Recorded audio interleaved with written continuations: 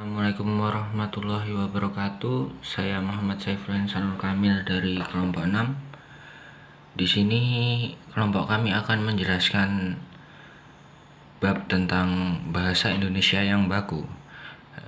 Kelompok kami terdiri atas Alfi Rahmaniar, Intan Lestari, Laila Nuraini, Amidana Hikmah, dan saya sendiri Muhammad Saiful Sanur Kamil. Berikut beberapa materi yang akan dijelaskan oleh kawan-kawan saya. Silakan.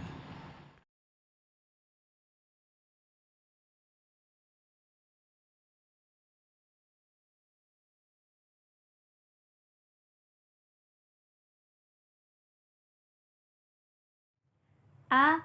Pengertian bahasa Indonesia baku.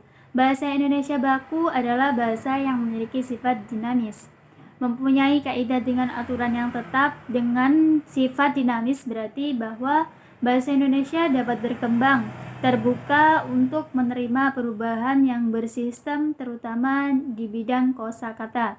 Istilah-istilah di samping perkembangan ragam dan gaya di bidang kalimat dan makna untuk memperoleh sifat dinamis dengan kaidah dan aturan yang tetap, itu perlu diusahakan suatu kuantifikasi bahasa menurut strukturnya bagi suatu sistem komunikasi, bahwa baku atau bahasa standar adalah bahasa yang mempunyai nilai komunikatif yang tinggi. Berikutnya, ciri-ciri bahasa Indonesia baku. Kaidah kata dalam bahasa baku dapat ditandai dengan beberapa ciri, yaitu ciri-ciri umum dan ciri-ciri khusus. Adapun ciri-ciri khusus bahasa Indonesia baku adalah: yang pertama, menggunakan lafal yang bebas dari ciri-ciri lafal dialek setempat atau ciri-ciri lafal bahasa daerah. Yang kedua, menggunakan ejaan menurut pedoman umum ejaan bahasa Indonesia yang disempurnakan. Yang ketiga, menggunakan istilah menurut pedoman umum pembentukan istilah bahasa Indonesia. Yang keempat, menggunakan kosakata menurut Kamus Besar Bahasa Indonesia. Yang kelima, menggunakan tata bahasa menurut buku tata bahasa baku bahasa Indonesia. Sementara itu, ciri-ciri umum bahasa Indonesia baku adalah: tidak dipengaruhi bahasa daerah tertentu, tidak dipengaruhi bahasa asing, bukan bahasa percakapan, pemakaian kata sesuai dengan konteks kalimat, pemakaian imbuhan pada kata bersifat eksplisit, kata baku bukan kata rancu, kata baku tidak mengandung hiperkorek, dan kata tidak mengandung pleonase. C. Fungsi bahasa Indonesia baku. Bahasa Indonesia mempunyai 4 fungsi, yaitu yang pertama fungsi pemersatu. Dalam fungsi pemersatu, bahasa baku membentuk satu masyarakat bahasa yang mencakupi seluruh penutur dialek bahasa tersebut, selain mempermudah proses identifikasi penutur dengan seluruh anggota kelompok masyarakat penutur bahasa itu.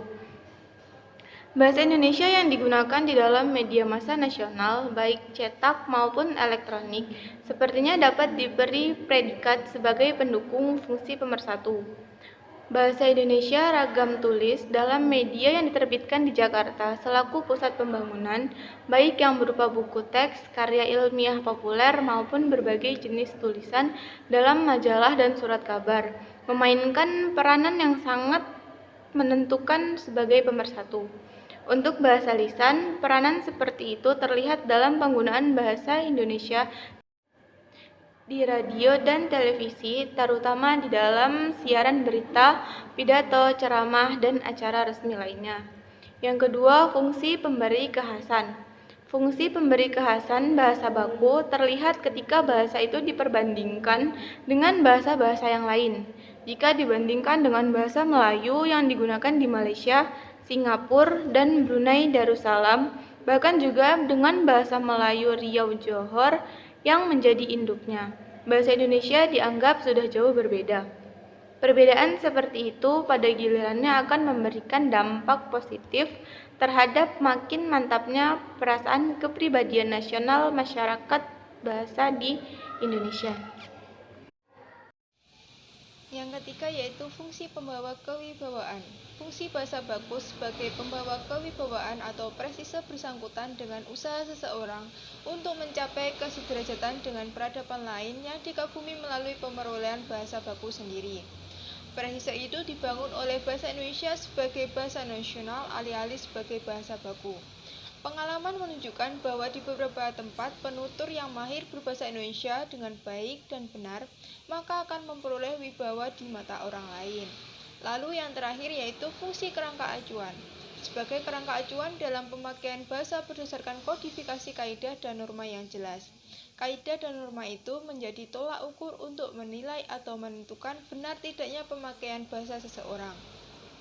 Bahasa baku juga menjadi kerangka acuan bagi fungsi estetika bahasa yang tidak hanya terbatas pada bidang susastra, tapi juga termasuk segala jenis pemakaian bahasa yang menarik perhatian, karena bentuknya yang khas seperti di dalam permainan kata, iklan, dan tajuk berita. Terima kasih atas materi yang telah dijelaskan. Semoga bermanfaat bagi kita semua. Dan terima kasih bagi yang telah mendengarkan sampai tuntas. Kami dari kelompok 6 mohon undur diri. Wassalamualaikum warahmatullahi wabarakatuh.